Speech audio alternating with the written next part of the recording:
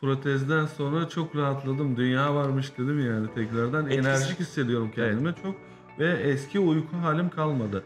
Hani eskiden mesela 10 dakika, 15 dakika, 20 dakika oturduğum zaman uykum geliyordu. Şimdi sabah erken kalkıyorum, akşam geç yatıyorum.